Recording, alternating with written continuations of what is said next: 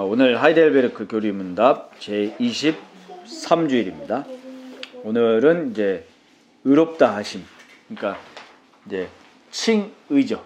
우리가 의롭게 되어지는 게 아니고 의롭게 되어진다라고 하면은 이제 성의겠죠. 성의 되어진다. 근데 우리는 되어지는 게 아니고 이미 단번에 그리스도의 속죄로 말미암아 그걸 믿을 때 칭의, 의롭다 칭하신 겁니다. 단번에. 예수님이 그렇게 하신 거기 때문에 오늘 그 칭의에 대해서 나누면서 우리가 어떠한 생각을 우리 이 마음속에서 무너뜨리고 또 어떠한 그 생각을 심어야 되는지, 그러니까 결국에는 말씀이 우리의 생각의 기준이 돼야 되겠죠. 그것을 한번 잘 확인해 보시기를 바랍니다. 오늘 이제 59문, 60문, 61문 이렇게 나누는데 이것을 나누기 전에 우리가 좀 생각을 해야 될 부분이 뭐냐면 창세기 3장 사건 이후로 아담과 하와의 범죄 이후로 뭐 어느 때든지 마찬가지지만은 특별히 지금 우리가 2024년이죠. 2024년. 아직도 제가 좀 노트에 쓸 때 항상 이 다음 이 3자가 항상 이렇게 가끔씩 이렇게 까매지는데 23이라고 썼다가 다시 4로 고치죠. 이제 2024년인데 특히 2024년을 살아가는 우리가 이 시대에 시선을, 우리 마음의 시선을 자꾸만 우리 나 자신에게 두려고 굉장히 힘쓰는 시대죠. 모든 사회가 이제 그렇게 이야기를 하고 우리가 TV만 켜고 뭐 또 좋은 이런 어떤 우리 SNS에서 글들만 보더라도 굉장히 나 자신의 그런 감정에 솔직해져라 라든지 너를 소중하게 생각해라, 그리고 뭐 어떤 그 성경의 권위나 어떤 그 지도자의 권위, 뭐 어른의 권위, 또 전통적인 그런 권위보다는 자꾸만 나 자신에게 그 권위를 주는 그런 시대입니다. 그러다 보니까 교회조차도 성경의 권위, 그리스도의 권위 이런 것보다는 자꾸만 우리의 생각에 권위를 더 두는 시대예요. 그러니까 우리가 사실은 말씀만 가지고 보면은 합리적이지 않은 게 많다고 느껴질 때가 있거든요. 근데 그게 굉장히 인본주의적인 그런 생각들이죠. 그러니까 우리가 성경이 말하는 그 하나님의 말씀, 그리고 그리스도, 또 그리스도인의 삶 이런 것보다 만약에 시선을 나에게 둔다고 하면은 사실은 기독교가 아닌 거예요. 그걸 우리가 이단이라고 하고 사이비라고 하는데 이렇게 시선을 그리스도보다 나에게 둔다고 하면은 점점 시간이 지나면 갈수록 허망해집니다. 왜냐하면 우리 인간 자체가 그래요.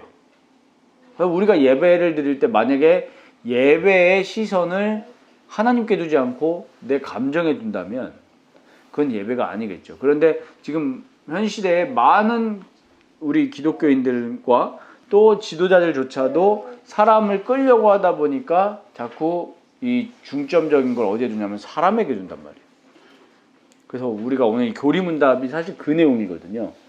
우리는 어디에다가 시선을 둬야 되냐 하니까 그리스도와 그리스도께서 우리에게 베푸시는 그 긍휼에다가 시선을 둬야만 됩니다. 그래야 그게 결국에 우리가 궁극적으로 올바르게 신앙이 자라나갈 수가 있어요. 우리는 은혜의 시선을 둬야 됩니다. 은혜. 그래서 오늘 이 내용을 통해서 우리가 시선을 둬야 될 그 은혜의 내용이 무엇인지 올바르게 확인하는 시간이 되시기를 바랍니다.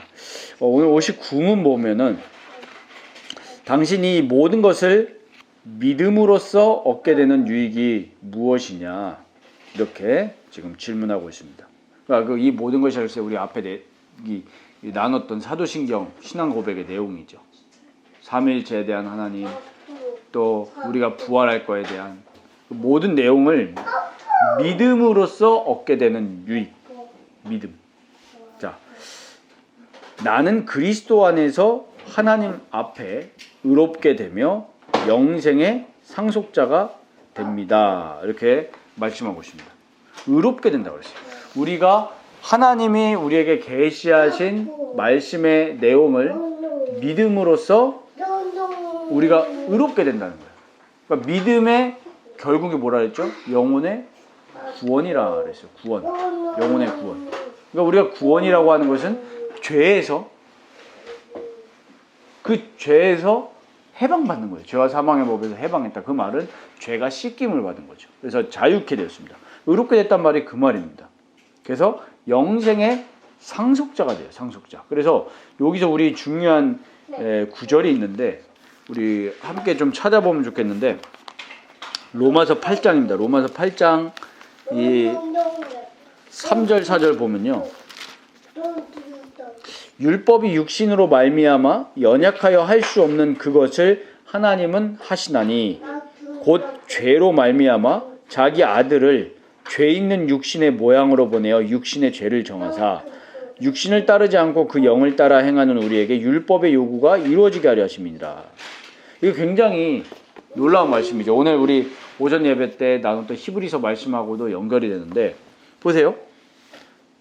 우리가 율법을 절대 지킬 수 없다는 거예요. 그게 이제 옛 언약이에요. 옛 언약 자체는 문제가 없어요. 문제가 없는데 뭐라고 말씀드렸죠? 이스라엘 백성이 깬 거예요. 곧 우리가 깬 겁니다. 절대 지킬 수가 없어요. 그래서 연약하여 할 수 없는 그것을 하나님은 하시는데 어떻게 하셨냐 하니까 예수님이 율법의 요구를 우리 대신 이루어 주신 거예요. 우리 대신에. 어떻게 하셨냐 하니까 아들을 죄 있는 육신의 모양으로 보내어 육신의 죄를 정하사 했어요. 그게 이제 고린도 후서 5장 21절의 내용이죠. 하나님이 죄를 알지도 못하신 이를 우리를 대신하여 죄로 삼으신 것은.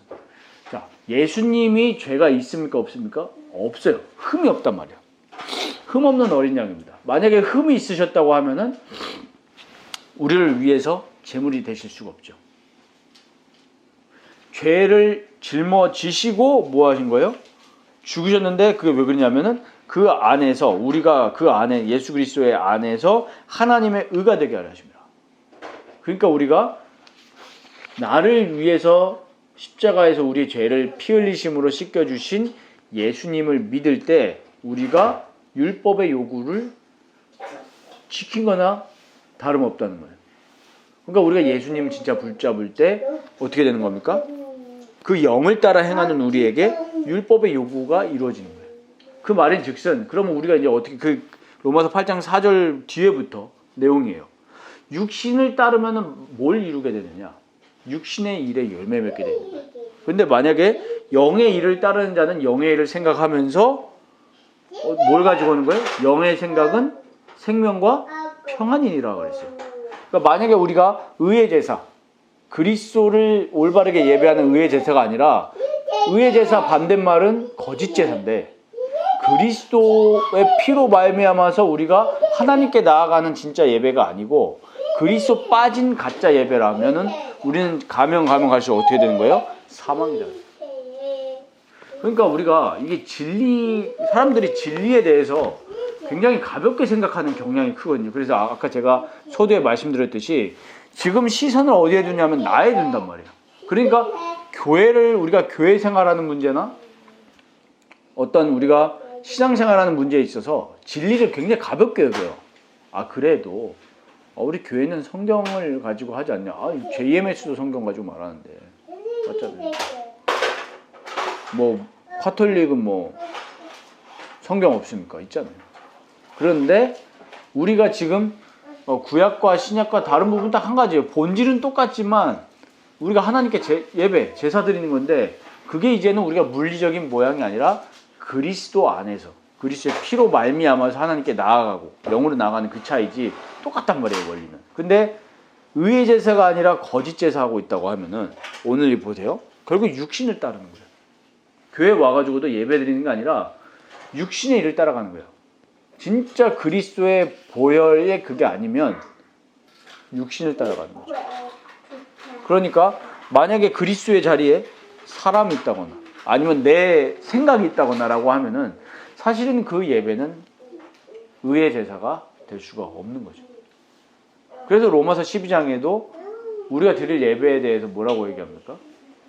우리 몸을 거룩한 산제물로 하나님께 드리라. 그 말은 우리 육신을 불태우라는 게 아니죠. 그리스도와 함께 죽는 거예요. 왜?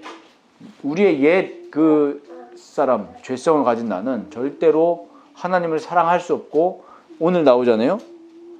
우리 육신으로는 연약하여서 지킬 수가 없는 거예요. 그래서 철저하게 예수 그리스도 그 말씀의 법 안에서만 우리가 올바르게 예배드릴 수 있는 거거든요. 근데 그것이 어떻게 우리에게 온다고요? 믿음으로써. 근데 이 믿음에 대해서 이제 육신문에서 또 설명을 하는데, 당신은 하나님 앞에서 어떻게 의롭게 될 수 있습니까? 오직 예수 그리스도를 참되게 믿음으로 의롭게 됩니다. 라고 말씀하고 있습니다. 우리 육신문의 성경 구절 보시면은 그 에베소서 2장 8절 9절 잘 아시는 말씀이죠. 은혜에 의하여 믿음으로 말미암아 구원을 받았으니. 그러니까 믿음, 이 믿음에 대해서 조금 사람들이 오해가 많을 수 있는데 좀 뒤에 거 말씀드리면서 설명을 드리겠습니다.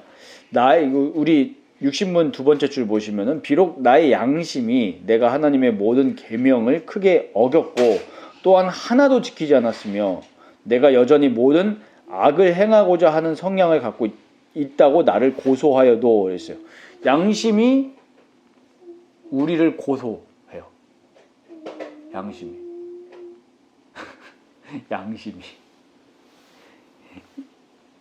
우리 양심 스스로가 우리를 고소한다니까요. 마귀가 양심을 공격하는 게 아니라 그 우리에게 하나님이 우리에게 주신 양심이 고소를 하는 거예요. 그래서 우리는 시선을 나에게 두면은 어떻게 할 수밖에 없어요? 자꾸만 좌절하고 낙심할 수밖에 없는 거예요. 우리 양심 자체, 우리 양심을 보면. 그러니까 그 양심이 나의 진짜 의가 될 수가 없는 거예요. 스스로 의롭다 할 수 없어요. 그래서 우리는 어떤 이 스탠스를 가져야 되냐 하니까 나를 죄인이라고 하는 의인인 거예요. 의인이 돼야 되는 거예요. 그리스도의 의로 말미암아 우리가 의인이 된 거지, 우리는 죄인이에요. 근데 나는 의인이야 라고 말하는 사람은 죄인이에요. 그래서 이 스탠스를 가지고, 그럼에도 불구하고 하나님께서는 내가 세운 공로가 하나도 없어도 오직 순전한 은혜로 그랬어요. 오직 순전한 은혜로.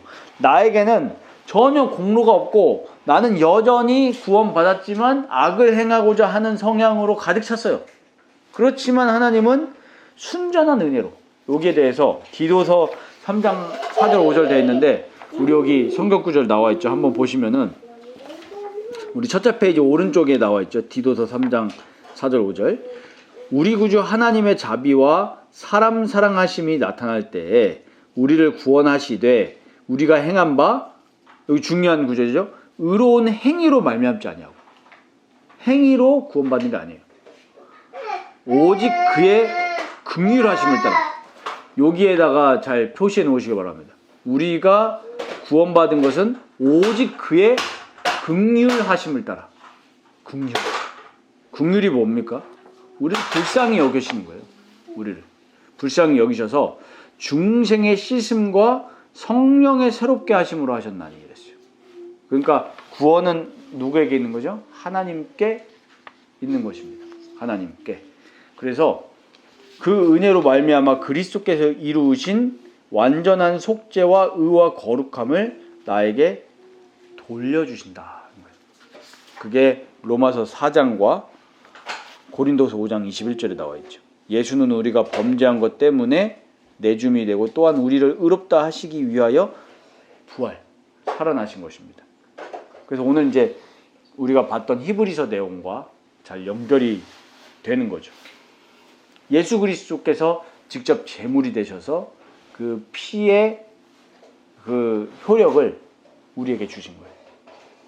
이해되시죠? 그래서 우리는 어디에다가 늘 시선을 둬야 되냐 하니까 하나님의 긍휼과 그리스도께 시선을 두면 됩니다. 그래서 회개가 복음인 거예요. 왜? 나는 공로가 없지만 내가 죄인이라는 사실을 깨닫고 뭘 구하는 거예요? 하나님 나에게 긍휼을 베푸셨어. 긍휼. 그래서 이 그리스도의 십자가 보혈로 나를 충만하게 하옵소서. 이렇게 기도하면 그리스도의 보혈이 우리를 어떻게 한다고 그랬어요? 우리의 양심을 깨끗하게 한다. 양심이 깨끗하게 되면 어떻게 되겠어요?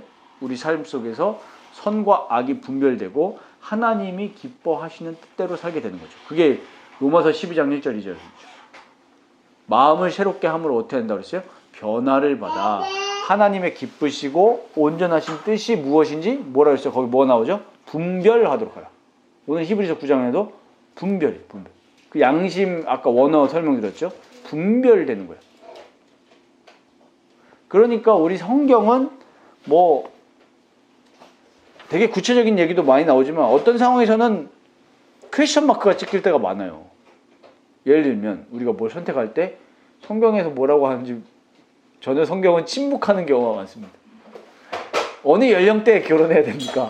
성경은 침묵해요. 자녀 교육을 어떻게 해야 됩니까? 물론 의와 진리와 교훈과 훈계로 양육하라 하지만 얘가 먹는 것 때문에 싸울 때 뭐라고 하냐? 성경은 말 안 해요. 근데 아주 원리를 얘기하죠. 원리를. 그렇다고 볼 때는 거기서 우리가 인도를 받는 방법이 뭐냐면 분별이에요. 분별. 이게 하나님의 선하시고 온전하신 뜻이 무엇인지 분별할 수 있는 방법은 어떻게 하는 거예요? 마음을 새롭게 하는 건데 우리의 의로 마음을 새롭게 할 수가 전혀 없기에 그리스도의 피를 내가 계속 묵상하고 그 긍휼을 구하면 하나님이 나에게 깨닫게 하시는 거예요. 그래서 어떤 은혜를 주시냐니까 심지어는 내가 죄를 하나도 짓지 않은 것처럼 뿐만 아니라 그리스도께서 나를 위해 성취하신 모든 순종을 내가 온전히 성취한 것처럼 여겨주신다.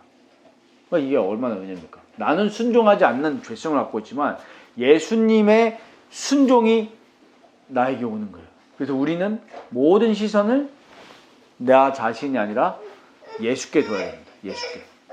그래서 나는 마음으로 믿어 이 은혜를 받습니다. 우리가 은혜를 받는 그 방편이 뭐냐면 믿음인 것이지 내가 믿었기 때문에 하나님이 나를 의롭다 여기신 게 아니에요. 물론 오직 의인은 믿음으로 말미암아 살리라. 아브라함이 그것을 믿어서 하나님이 의로 여기셨다고 했지만 그 말은 내가 믿은 게 의가 아니라는 얘기예요. 하나님이 모든 긍휼을 우리에게 베푸신 거고 우리에게 의를 전가시켜 주신 거예요. 그리스도의 의를. 그럼 믿음은 뭐냐? 행위로 구원받는 게 아니라 이 말이죠.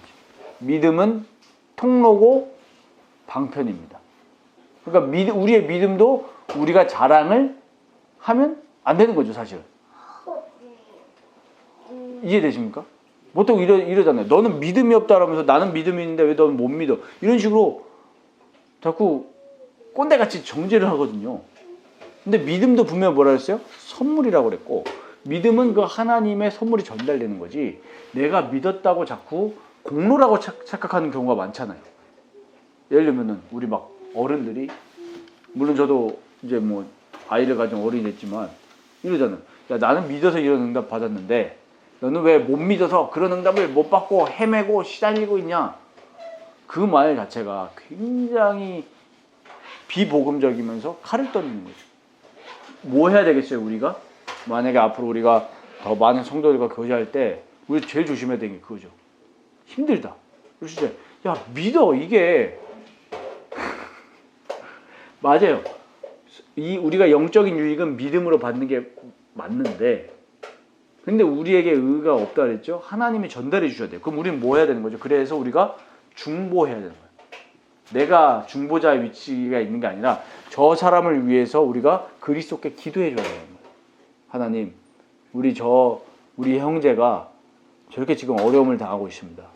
하나님, 저 형제에게 힘을 주시고 은혜를 주시고 저 형제를 긍휼히 여겨 주셔서 정말로 저 형제가 그리스도께서 이루신 그 모든 은혜와 덕들을 누릴 수 있도록 성령께서 믿음을 달라고 우리 그렇게 해야 되는 거지. 야, 믿어. 이게 굉장한 어떤 은혜 같은데 율법주의인 거예요. 율법주의의 기원이 뭐죠? 의를 그리스도께 두는 게 아니라 자꾸 나에게 두는 거죠. 그러면 안 된다는 거예요. 그래서 61문 마지막 보면은 왜 당신은 오직 믿음으로만 의롭게 된다고 말합니까? 하나님께서 나를 받아주실 수 있는 것은 여기 중요한 게 있죠. 오늘 제가 말씀드렸던 부분들이 여기에 있습니다. 나의 믿음에 어떤 가치가 있는 게 아니라는 거예요. 우리는 자꾸 우리 믿음에 뭔가 가치가 있다고 생각하잖아요. 나의 믿음. 나는 믿어서 우리가 은혜를 받았어.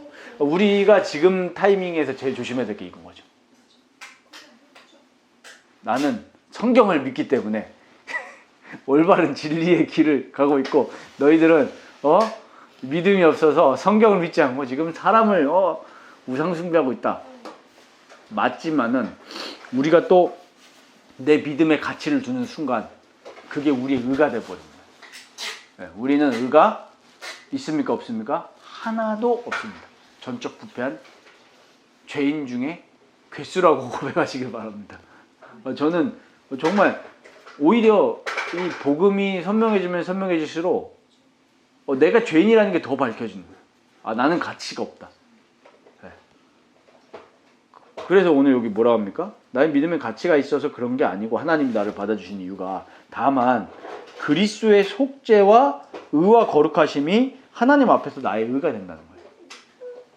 나는 오직 믿음 이외에 다른 어떠한 방법으로는 이러한 것을 받을 수도 없고 나 자신에게 적용할 수도 없기 때문입니다. 아까 말씀드렸죠?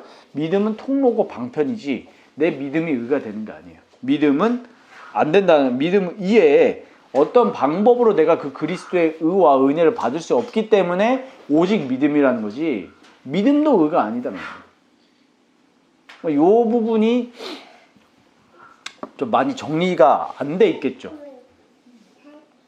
그렇죠. 대부분 우리 신자들이 자꾸 믿음 하니까 믿음이 오히려 또 의가 돼버리는.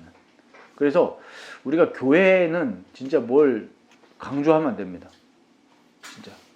예를 들면은 우리가 그런 거 있죠. 교회에서 어떤 프로그램을 했다고 쳐요. 예를 들면은 뭐 일기를 쓴다고 합시다. 뭐 특정한 뭐 누구를 비판하려는 게 아니고요. 우리가 일기를 씁시다. 신앙생활에 일기를 쓰자. 좋죠. 하루를 돌아보고. 근데 그게 의가 돼버릴 가능성이 굉장히 큰 거죠. 그럼 예를 들면은 우리 장로님이 일주일 동안 예수님과 함께하면서 은혜 받았더니 우리가 예를 들면 교회가 그런 캠페인을 한다고 했을 때 이걸 다 썼어. 유익이 있죠, 당연히. 근데 그거는 나한테 하나님 주시는 어떤 통로가 될 수 있는데 제가 목사인데 한 주간 일기를 딱 한 번 썼어. 그럼 이제 장로님이 갑자기 이상한 눈초리를 뻗으면서 목사라면서 일기를 하루밖에 안 썼네? 안 그럴 것 같죠. 근데 우리는 그렇습니다. 그렇게 되는 순간 우리는 다른 형제들에게 화살을 날리게 되는 거예요. 그렇죠? 제가 그거를 요번 한 주간에 어떤 삶 속에서 좀 그 얘기를 들어가지고 제가 어떤 이런 얘기들을 했더니 되게 공감하신다고. 그래서 자기가 지금 그런 상황이라면서. 그래서 우리가 철저하게 우리의 의는 그리스도의 그 속죄로 부활로서 우리에게 온다라는 사실을 우리는 잘 적용을 해야 되겠습니다. 그래서 우리가 의심 이런 말 하잖아요. 의심은 우리가 의심하는 신앙이 좋은 신앙이다라고 하지만 사실은 그거는 반은 맞고 반은 틀린 거죠. 의심은 하면 안 돼요. 하나님 말씀에. 나에게 시선을 두니까 의심이 생기는 거예요. 네. 사람에게 시선을 두면 당연히 의심 생기죠. 사람은 의심해야 됩니다. 그러나 하나님으로부터 오는 긍휼과 구원과 하나님의 말씀에 대해서는 의심하면 안 되는 거예요. 의심하는 순간 그게 이제 불신앙이 되는 거죠. 우리는 뭐 해야 되냐? 의심이 아니라 확신입니다. 어디서 오는 거예요? 하나님으로부터 오는 긍휼과 구원에 있어가지고는 우리가 의심을 하면 돼. 그거는 확실하게 붙들어야 돼. 왜? 그게 은혜니까. 네. 근데 자꾸 우리의 마음에 어떤 근거를 두면 우리는 의심이 생길 수밖에 없어요. 네. 제가 그래서 2년 전에 의심이 생기더라고요. 진짜 예수 그리스도가 맞냐? 어떤 말은 사건들을 보면서. 그래가지고 뭐 했냐 하니까 성경을 다시 봤죠. 성경을 보니까 맞잖아요. 믿음이 생기잖아요. 성경을 보면. 근데 예수는 그리스도라고 말을 하는 사람을 보면 의심이 생기잖아요. 당연히. 그러니까 이 시대에 수많은 청년들이 교회를 떠나는 게 이유가 그겁니다. 왜요? 성경에 근거한 말씀과 그리스도에 근거한 믿음은 우리에게 확신을 가져 주는데 시선을 사람에게 두면 당연히 의심이 생길 수밖에 없어요. 그러니까 우리가 신앙생활을 하면서 내 모양이 왜 이러지라고 생각하는 순간 우리 믿음 생활을 뭐 몇십 년 했다 치더라도 그 믿음이 싹 날아가 버린다니까요. 아, 내가 이렇게 했네? 끝이에요. 게임 끝입니다. 진짜로. 그래서 철저하게 우리의 시선을 그리스도의 보혈과 의와 그걸 우리에게 그리스도의 의를 우리에게 전가시켜 주시는 그 아버지 하나님의 긍휼하심을 우리는 바라봐야 되는 거예요. 그러니까 하나님은 얼마나 좋은 분이시냐. 우리가 죄를 하나도 짓지 않은 것처럼 여겨주신다 그랬어요. 그게 쉽습니까? 쉽지 않거든요. 사랑하지 않으면 절대 불가능한 거예요. 네, 사랑하지 않으면. 저도 이제 두 자녀를 키우고 있는 입장이지만 저 자녀들을 진짜 사랑이 아니면 사실 자녀도 진짜 사랑이 안 돼요. 제가 나한테 했던 거 아직 아기니까 크리티컬한 그런 범죄를 저한테 안 했을 뿐이지. 요번에 보니까는 주차장에서 청소년들이 고급 차들에다 소화기를 다 뿌려가지고 차가 다 상한 거예요. 그러니까 이제 뉴스에서 이제 저 부모님들에게 돌아갈 손해배상. 그러면 이제 그 부모님들의 뇌리에 이놈 새끼들 이렇게 되는 거예요. 죄를 지었잖아요. 그런데 우리가 그거하고 비교할 수 없는 하나님을 향한 범죄에 있어서 하나님은 우리가 그리스도 안에서 죄를 짓지 않은 것처럼 여겨주신다. 이게 얼마나 은혜입니까? 그래서 우리가 정말로 이번 한 주간 이 부분을 한번 여기 성경 구절을 다 드렸으니까 이 교리문답과 함께 성경 구절을 꼭 마음에다 이렇게 딱 담으시기 바랍니다. 그래서 이 성경 구절을 잘 정리해 보시면서 읽어도 보시고 우리가 교리문답에 우리가 정말 이 장점이 뭐냐 하니까 우리 신앙의 선배, 우리 선조들이 이거를 말씀으로 다 정리를 해놨어요. 그래서 저는 이 시대에 이 교리문답을 가지고 적용만 잘하면 된다. 우리 삶에. 뭐 또 다른 교재를 만들 필요가 있냐. 저는 이렇게 생각이 들거든요. 서점에 가면 교재들이 정말 많거든요. 기독교 단체들에서 나오는 교재들이. 근데 그 교재들도 물론 뭐 필요 없다 하는 건 아니지만 우리가 신앙의 선조들이 잘 정리해 놓은 교리 문답만 우리 삶에 잘 적용해도 우리의 신앙은 탄탄하게 세워져 갈 수밖에 없습니다. 그래서 오늘 우리가 이 부분을 묵상하면 어떻게 적용이 되어집니까? 아까 서두에 말씀드렸던 것처럼 시선을 나에게 두지 말고 타인에게 두지 말고 오직 그리스도께 둬라. 그러면 우리의 삶의 태도가 다 달라져요. 사람에게 실망했다? 맞는 말이죠. 맞는 말인데 사실은 틀린 말이죠. 왜 사람은 죄인인데. 그렇죠. 사람에게 실망했다. 우리는 그런 말 하면 안 됩니다. 당연히 실망해야 됩니다. 어떻게 그럴 수가 있어? 그럴 수밖에 없습니다. 그래서 우리는 그리스도의 은혜와 하나님의 사랑에 모든 시선과 우리의 공로를 두시기를 바랍니다.